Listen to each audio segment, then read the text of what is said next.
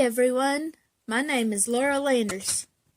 I'm an AmeriCorps member with the Arkansas Reads program. The Literacy Council where I volunteer is the Ozark Foothills Literacy Project, OFLP for short. I hope you will join me each week in reading and discussing a book, one chapter at a time. Feel free to discuss in the comments. All I ask is that we keep it friendly. Also, please click on the registration link in the description box below and fill out the form to become an official member of the YouTube Book Club. Heroes of America Illustrated Lives. Clara Barton and the American Red Cross by Eve Marco. Chapter illustrations by Pablo Marcos. Cover illustration by Jordi Torres. To start from Chapter 1, click the link in the description box below. Chapter 13. Fighting Again. Clara! Clara! Someone was knocking urgently at the door. Clara could hear Antoinette's excited voice. "What is it, Antoinette?" Clara asked, opening her door. Antoinette, a young Swiss woman, who was now Clara's friend and companion, was very excited. "There is a very elegant woman downstairs to see you," she whispered, her eyes sparkling with excitement. "A Grand Duchess." "A Grand Duchess? To see me?" Clara hurried downstairs. Two servants in gold and red uniforms stood at attention as she entered, and a beautiful woman wearing a long gown with jewelry around her neck and arms got up from her seat. "Are you Clara Barton?" she asked in a soft, dignified voice. Clara nodded. "I am Louise, Grand Duchess of Baden, and the daughter of King Wilhelm of Germany."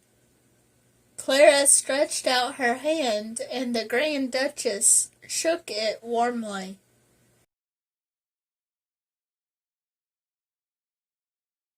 Then the two women sat down. "You must wonder why I've come to visit you, Miss Barton," the beautiful woman said. "I will explain. As you know, war has been declared between Germany and France. German soldiers have advanced into France and are conquering towns and cities on their way to Paris." Clara nodded. She knew all about it. The fighting was not far from Switzerland, where she was still visiting. The Duchess continued, "Then you know of the terrible suffering caused by this war, not just for the soldiers, but also for the people of France. There is not enough food. Disease and starvation are everywhere. Fires have burned homes, so families have no place to live. Children are walking on the streets, lonely and hungry." "What can I do?" Clara asked. The Duchess put her hand out. "Help us, Miss Barton," she said.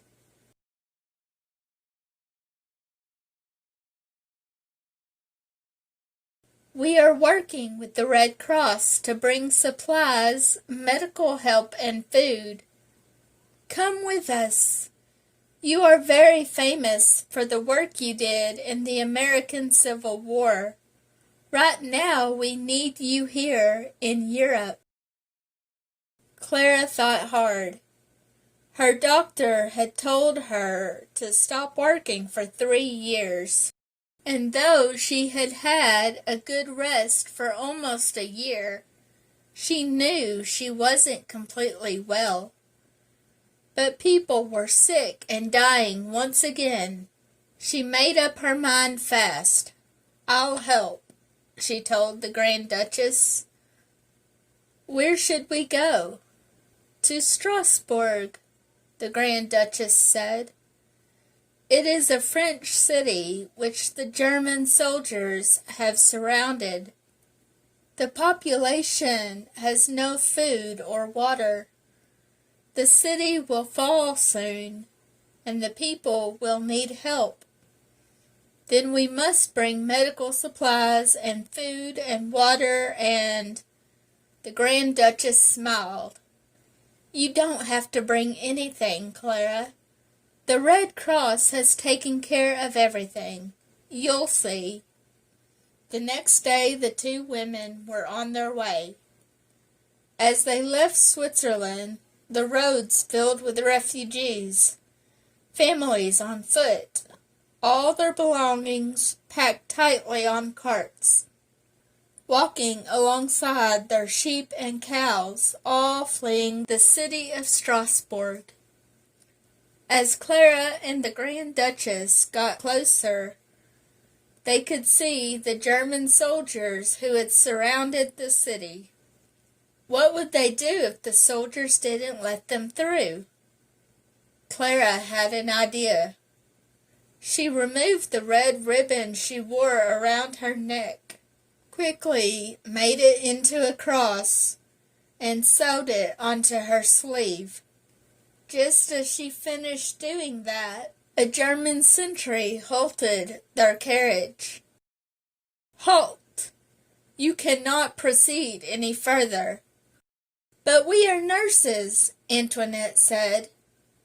"We are going to Strasbourg to help take care of the wounded."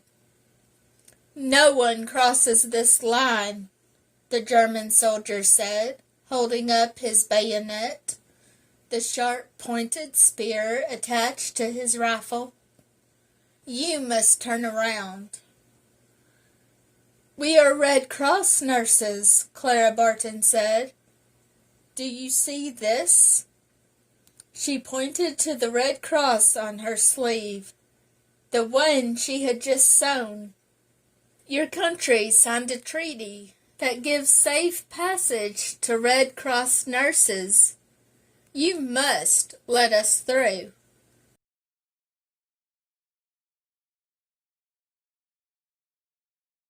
The soldier lowered his bayonet, stepped aside, and raised his hat respectfully. "You are free to go on to Strasbourg. God bless you and your work." Clara Barton looked down at the red ribbon on her sleeve. That was the power of the Red Cross. "People respect it everywhere we go," she thought. Quickly, Clara Barton was to find out even more about the power of the Red Cross.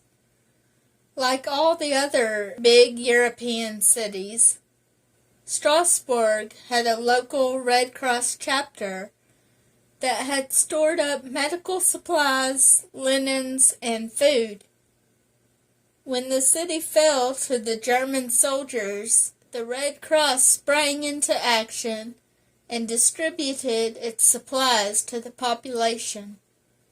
In addition, other Red Cross cities in Europe began to send urgently needed supplies to the people of Strasbourg. "We had nothing like this during the Civil War," Clara said to herself over and over as she supervised the distribution of the Red Cross supplies and helped take care of wounded soldiers. She did just what she'd done during the battles of Chantilly and Fredericksburg, preparing bandages, feeding soldiers hot soup, making sure they were clean and comfortable, and getting medical treatment immediately. But Fredericksburg had had no storehouses like Strasbourg did now, full of boxes, packages, and barrels of food.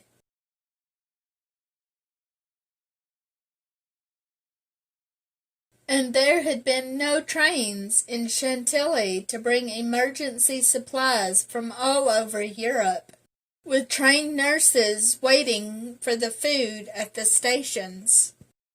The Red Cross emblem sewn on their sleeves. What a difference this would have made to our soldiers in America, Clara thought. So many more of them would have lived if we had had all these supplies and trained nurses to help. When I go back home, I must persuade our government to become part of the International Red Cross. It will be the most important task in my life. But in the meantime, there was a lot of work to do right there in Strasbourg, tending the wounded soldiers. But Clara's friend Louise, the Grand Duchess, soon talked to Clara about another, even bigger problem.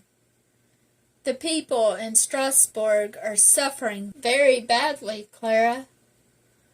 More than 20,000 of them are without food, clothing, or shelter. They are proud people, Clara. The women especially don't wish to receive charity. What shall we do? Aren't there any jobs for them? Clara asked. That way they could make money to buy food for their children and they won't need charity. But my dear, there are no jobs for anybody, the Grand Duchess said. We'll create jobs, Clara said. My mother always told me that all women know how to sew. I will set up a clothing factory where women can sew clothes. The people in Strasbourg need clothing, but there isn't enough right now.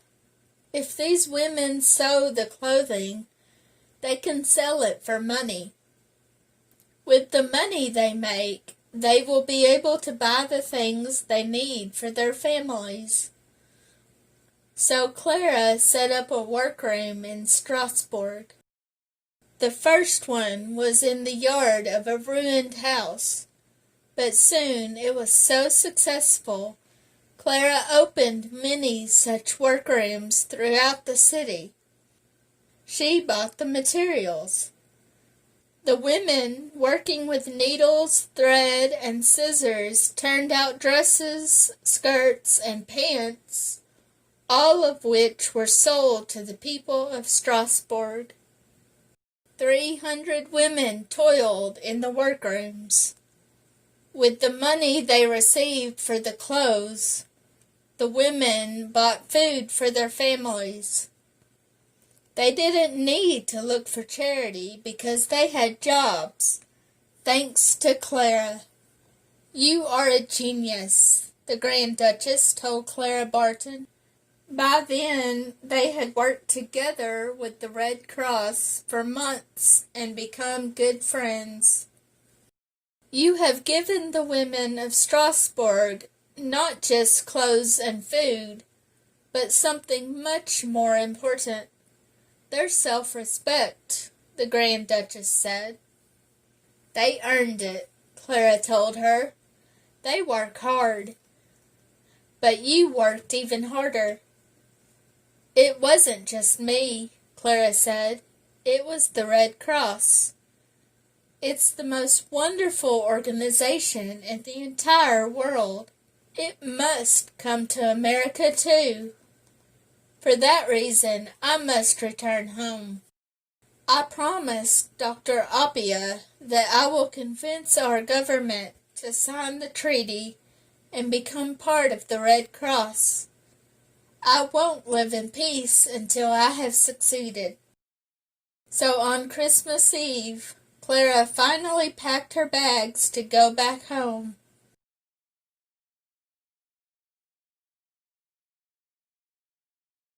It was cold in the house, and suddenly Clara missed her family.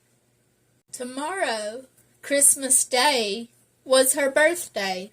Usually it was full of friends and family, but this year she was celebrating it all alone. There was a knock on the door. Antoinette went to open it, then called to Clara. "Clara, come quick!" Clara hurried to the door. Outside was a large crowd of people, men, women, and children.